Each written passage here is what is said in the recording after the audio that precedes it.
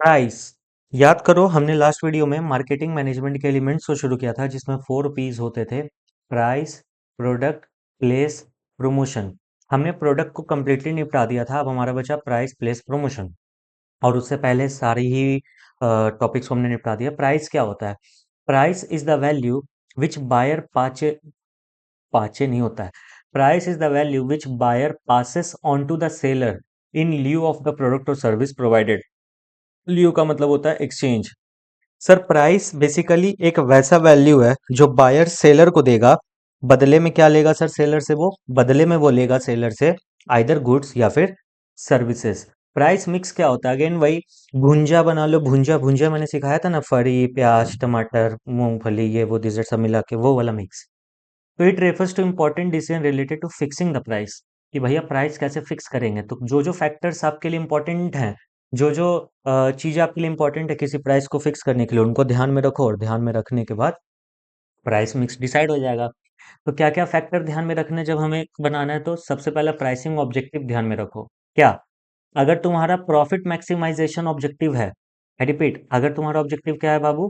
Profit maximisation, मतलब तुम चाहते हो कि हम सिर्फ प्रॉफिट कमाएं, तो तुम्हें अपने प्राइस को हाई रखना पड़ेगा। You have to keep your price high, high या हायर।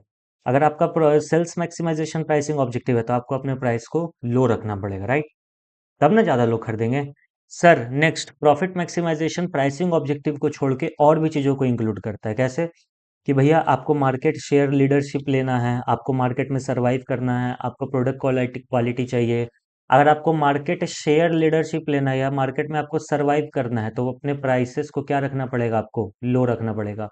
और अगर आपको प्रोडक्ट क्वालिटी लीडरशिप अटेन करना है, मतलब कि आपसे बेटर क्वालिटी प्रोडक्ट उस पर्टिकुलर चीज़ का कोई बना ही नहीं सकता, तो आपको अपने प्राइसेस हाई रखने पड़ेंगे। सर लो वाला का एग्जांपल दे दो, इसमें एग्जांपल आ जाएगा जियो। हाई वाला का एग्जांपल दे दो सर, इसमें एग्जांपल आ जाएगा आईफोन। ठीक है। प्रोडक्ट कॉस्ट पर भी ध्यान रखो। अगर तुम्हारा प्रोडक्ट कॉस्ट यानी तुमको अगर कोई चीज बनाने में कम पैसा लग रहा है तो तुम प्राइस को भी कम रखोगे, लेकिन अगर तुमको कोई चीज बनाने में ज्यादा पैसा लग रहा है तो तुम अपना उस प्रोडक्ट का प्राइस, बेचने का प्राइस क्या रखोगे? ज्यादा रखोगे। भाई बिजनेसमैन धंधे वाले का काम क्या होता है? बिजनेसमैन का काम क्या है कि भाई हम कुछ कोई चीज 100 रुपये में खरीदे, 120 में बेचे। अगर हम खरीदी 150 रुपये में रहे हैं तो हम 120 में कैसे बेचेंगे? 200 में बेचेंगे, 300 में बेचेंगे।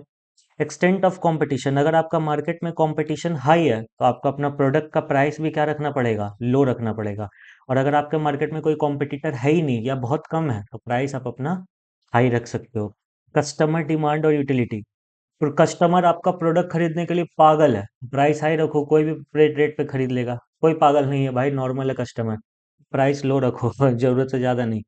गवर्नमेंट ये ने कोई लीगल रेस्ट्रिक्शंस लगा रखा है, यानी गवर्नमेंट की तरफ से, चाहे वो कोई लीगल ही, तो गवर्नमेंट ने जो रिस्ट्रिक्शन लगा रखा है उसके अकॉर्डिंग प्राइस होगा। जैसे लेट से आप कोई ऐसी चीज बेच रहे हो जो सस्ती नहीं बिकनी चाहिए, क्योंकि अगर कुछ लोग और लोग अफोर्ड कर पाए तो दिक्कत हो जाएगा। जैसे अल्कोहल हो गया, सिगरेट हो गया, तो उसका प्राइस हाई रहता है।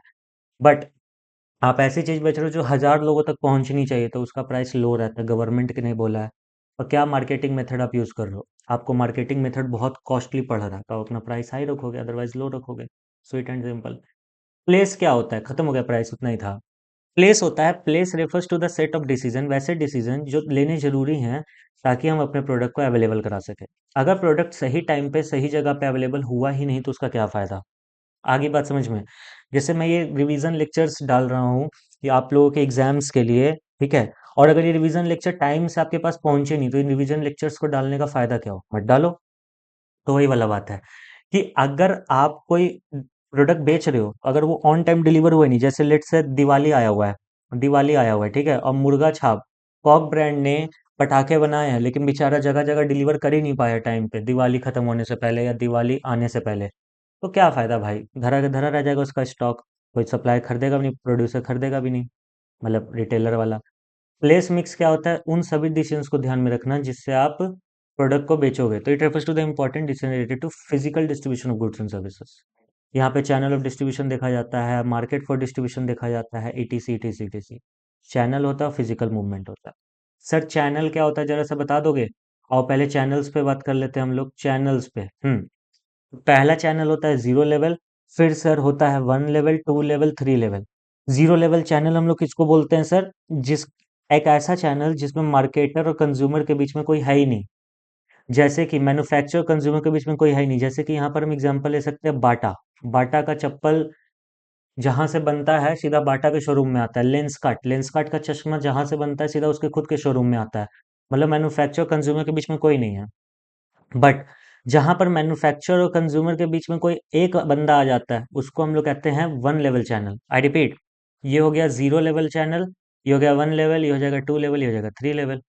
सर जीरो लेवल क्यों? क्योंकि कंज्यूमर मैन्युफैक्चरर के बीच में कोई नहीं है। वन लेवल क्यों? क्योंकि दोनों के बीच में एक बंदा है, दैट इज रिटेलर। दो लेवल क्यों? क्योंकि दोनों के बीच में दो बंदे हैं, होलसेलर रिटेलर। तीन लेवल क्यों? क्योंकि दोनों के बीच में तीन बंदे हैं, agent wholesaler retailer.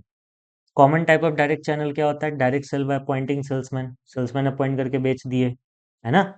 Salesman appoint करके बेच दिए ना। जैसे कि बाटा का शोरूम जीरो लेवल ही तो है, डायरेक्ट खुद का सेल्समैन रखा। लेंसकार्ट का शोरूम डायरेक्ट खुद का रखा। थ्रू मेल ऑर्डर हाउसेस, आप अमेजोन पे कुछ ऑर्डर करते हो, अमेजोन का खुद का ब्रांड है सोलिमो, वो वहां से आपको बेच रहा है कुछ। थ्रू इंटरनेट, वही सेम बात है। और थ्रू टेली शॉपिंग, वो बचपन में नहीं आता था, होम शॉपिंग कॉल करो, नापतोल पे कॉल करो, टीवी पे आता था पहले, वो होता है टेली शॉपिंग। ठीक है। तो अगर मैं आपको एक बार फ्लो चार्ट बना दूं तो कैसे होगा? बेसिकली डिस्ट्रीब्यूशन जो प्लेस वाला है वो दो पार्ट में डिवाइडेड है, एक है डायरेक्ट, एक है इनडायरेक्ट। डायरेक्ट के अंदर एक पार्ट आता है जिसको बोलते हैं जीरो लेवल चैनल। और सर इनडायरेक्ट के अंदर तीन पार्ट आता है, one level, two level and three level channel. अब सर अब क्लियर हो गया, होना ही था। फैक्टर डिटरमाइनिंग, क्या क्या फैक्टर का ध्यान रखना है जो हमको बताएगा कि हाँ भैया हम जीरो लेवल रखे, वन लेवल रखे, टू लेवल रखे या थ्री लेवल रखे। ठीक है, स्मॉल और लॉन्गर डिस्ट्रीब्यूशन पार्ट। पहला देखो product rater factor, value of product line. पता करो कि कितना प्रोडक्ट लाइन में वैल्यूएशन है, क्या क्या वैल्यू इंक्लूडेड है, कौन कौन जगह से प्रोडक्ट हमारा गुजरना चाहिए, नहीं गुजरना चाहिए। अगर काफ़ी जगह से गुजरना चाहिए, सबके हाथ से, लाइक एजेंट, रिटेलर, होलसेलर, सबसे, तो ठीक है भाई, वो वाला फॉलो होगा। नहीं तो डायरेक्ट भी बेच सकते हो तो डायरेक्ट बेचो।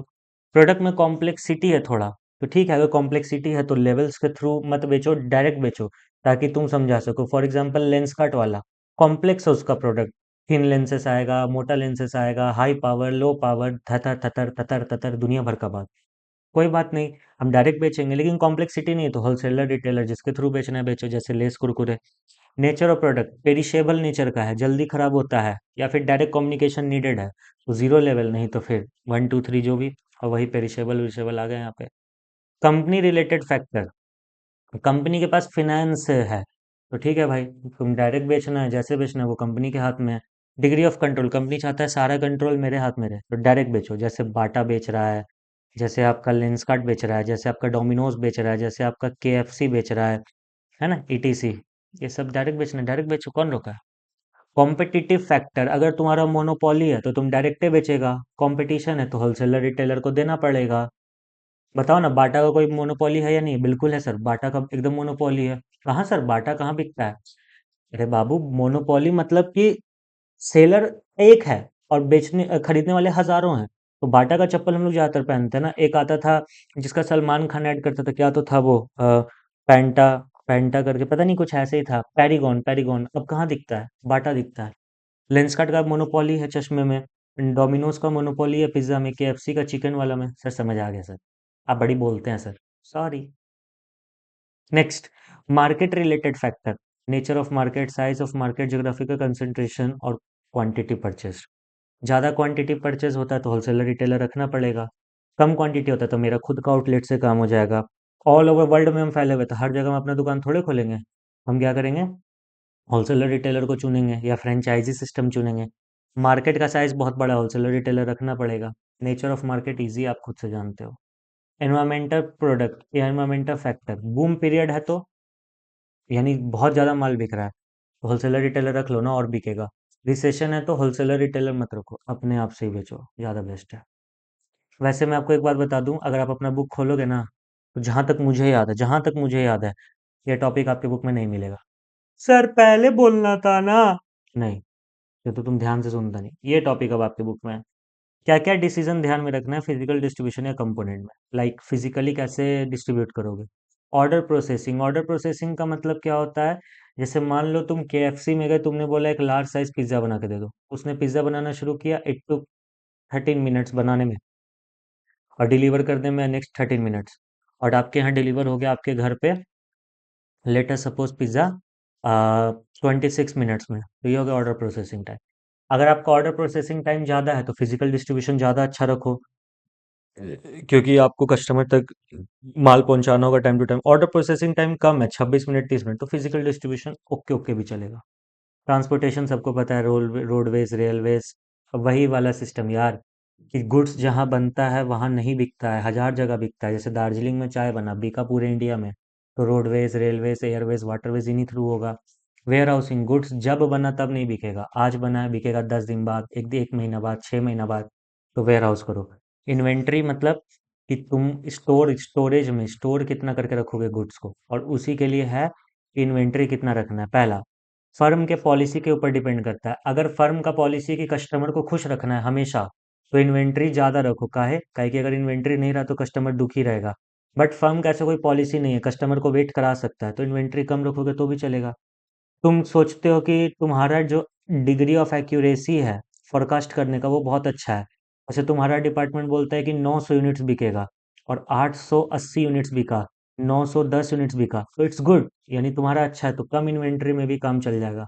बट तुम्हारा डिपार्टमेंट बोल रहा है 900 यूनिट बिकेगा और बिक रहा है मार्केट में 1800 यूनिट्स, तो तुम्हारा डिपार्टमेंट मार्क फोरकास्ट करने में अच्छा नहीं है। इन्वेंट्री ज़्यादा रखो। रिस्पॉन्सिवनेस ऑफ डिस्ट्रीब्यूशन सिस्टम, अगर आप तुरंत डिस्ट्रीब्यूशन सिस्टम पर रिस्पॉन्सिव हैं, ऑर्डर आया तुरंत आप डिलीवर करने वालों में से, तो इन्वेंट्री ज़्यादा रखो, नहीं तो कम रखो। कॉस्ट ऑफ इन्वेंट्री, आप जहाँ इन्वेंट्री रख रहे हो, स्टॉक इन्वेंट्री मतलब होता है स्टॉक माल, जहाँ पर आप माल रख रहे हो गोडाउन में चाहे वेयर हाउस में, उसका रेंट बहुत ज़्यादा है, तो इन्वेंट्री कम रखो। रेंट कम है तो इन्वेंट्री ज़्यादा रखो। Last topic of the chapter, promotion, फिर हमारा चैप्टर इसी के साथ खत्म हो जाएगा। Let us hit it boys and girls. बहुत छोटा सा टॉपिक है प्रमोशन हमारे लिए। प्रमोशन एलिमेंट क्या कहता है मार्केटिंग मिक्स का? बेसिकली ये उस एक्टिविटीज के साथ कंसर्न्ड है जो कहीं ना कहीं कम्युनिकेट करता है कस्टमर या डिस्ट्रीब्यूशन चैनल से। प्रमोशन मिक्स में क्या होगा? वो सारा रास्ता जिससे कहीं ना कहीं हम मार्केट में प्रोडक्ट को सेल करते हैं, जैसे कि advertisement media, promotional technique, publicity measure, public reaction etcetera. यहाँ पर कुछ टूल्स या एलिमेंट्स होते हैं प्रमोशन के, उनको हम लोग प्रमोशन मिक्स का एलिमेंट्स बोलते हैं। चार होता है: advertising, sales promotion, personal selling और पब्लिक रिलेशन। आइए एक एक करके सबको फोड़ते हैं। पहला आ जाओ, एडवर्टाइजिंग।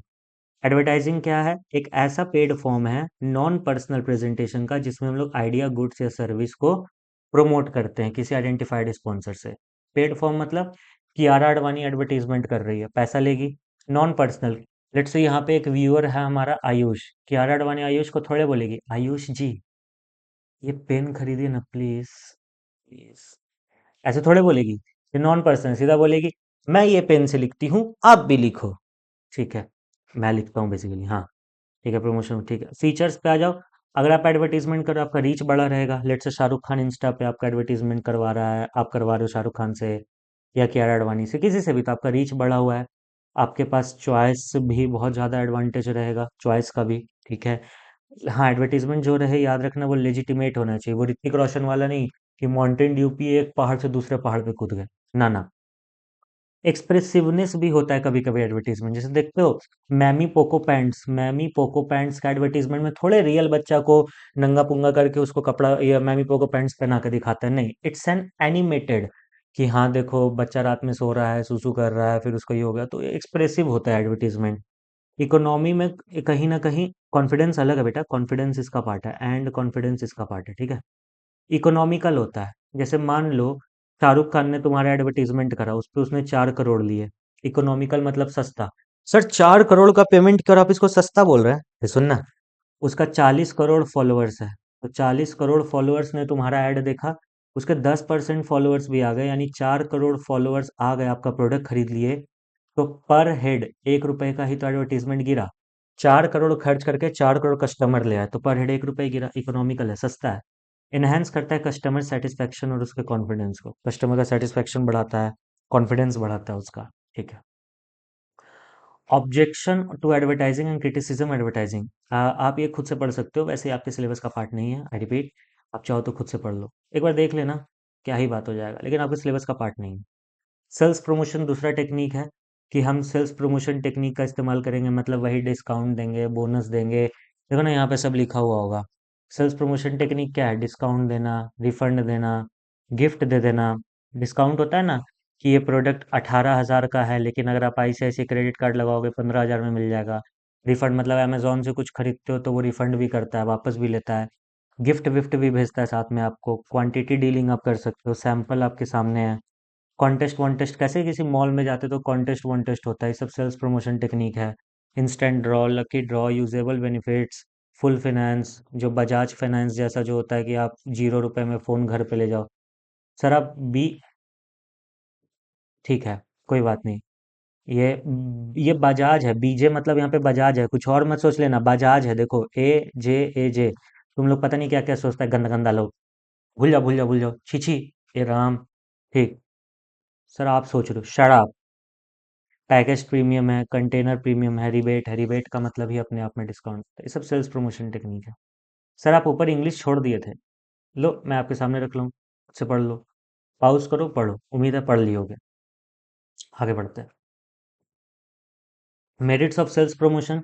सर वैल्यूज मिलेगा, नया प्रोडक्ट लॉन्च में मदद मिलेगा, synergy in total promotion effort, synergy मतलब एकता बैठेगा, एफर्ट्स मतलब बेनिफिट मिलेगा in short.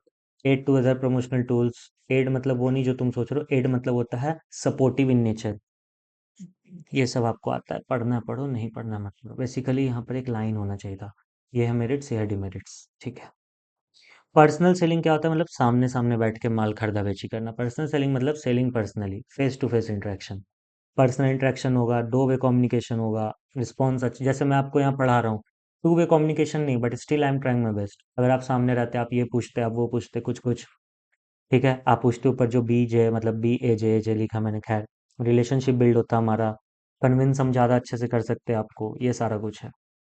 Quality of good salesman, एक अच्छा सेल्समैन का क्या क्वालिटी होनी चाहिए, वैसे आपकी बुक में ये नहीं है अब।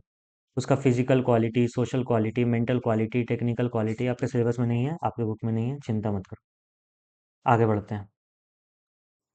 रोल ऑफ पर्सनल सेलिंग, मेरे हिसाब से ये सब आपकी बुक में नहीं है, पर एक नज़र डाल लो, काफ़ी सारी चीज़ें आपकी बुक से सिलेबस से हटा दी गई हैं। एक नज़र डाल लो पॉज करके, आपके सिलेबस का पार्ट ये नहीं होगा, मुझे यकीन है। हम्म। पब्लिक रिलेशन मतलब स्पीचेस देना, देखो लिखा हुआ है ना कि किस तरीके से हम लोग पब्लिक रिलेशन बैठा सकते हैं। कैसे मोदी जी मन की बात करते हैं बैठे बैठे, न्यूज़ पे आते रहते हैं, रोड पे निकलो तो मोदी जी, घर जाओ तो मोदी जी, सब कुछ मतलब कैसे एक है, कहीं ना कहीं वो एक रिलेशन बैठाना चाह रहे हैं हमारे साथ। तो न्यूज़ हो गया, स्पीच हो गया, इवेंट हो गया, रिटर्न मटेरियल हो गया, पब्लिक सर्विसेज एक्टिविटी, ये सारा कुछ कहीं ना कहीं मेथड या टूल ऑफ पब्लिक रिलेशन होता है। रोल ऑफ पब्लिक रिलेशन क्या है, प्रेस रिलेशन मतलब कि न्यूज़ पे आना, प्रोडक्ट का एडवर्टीजमेंट करना, कॉरपोरेट कम्युनिकेशन मतलब कंपनी के नाम से AGM कर लेना, annual general meeting, lobbying, counselling, सब कुछ, ठीक है। ये ऊपर वाला खुद से पढ़ लेना, कुछ खास है नहीं। ठीक है सर, हमने पॉज करके पढ़ लिया, आप आगे बढ़ जाओ। ये helps in achieving market objective, obvious सी बात है, पब्लिक रिलेशन करोगे तो तुम्हारा बिजनेस के बारे में लोग जानेंगे, बिजनेस का नाम होगा, क्रेडिबिलिटी मतलब पहचान होगा, गुडविल बनेगा, एक सेल्स फोर्स इंक्रीज होगा, प्रमोशन कॉस्ट लो होगा क्योंकि आपको लोग पहले से ही जान रहे हैं, ठीक है। इसी के साथ हमारा ये पूरा का पूरा चैप्टर खत्म होता है, हमने मार्केटिंग चैप्टर को 2 पार्ट में निपटा दिया। पार्ट 1 ऑलरेडी अपलोडेड है, जाके देखो। और वीडियोस को लाइक शेयर सब्सक्राइब जरूर करो यार, और कमेंट में जरूर बताओ यार वीडियो समझ में आती है कि नहीं, ठीक है। I need your support, I need your support, and trust me, you need me. अगर मैं आप लोगों के लिए दिन रात एफर्ट्स लगा रहा हूँ और आप अपने एंड से लगा ही नहीं रहे हो, then why would I put in my efforts, मैं अपने एफर्ट्स क्यों लगाऊंगा, it's a 2 way communication, right. Show me your efforts, show me your support, like by liking and subscribing and sharing my channel. Thanks so much, I love you all.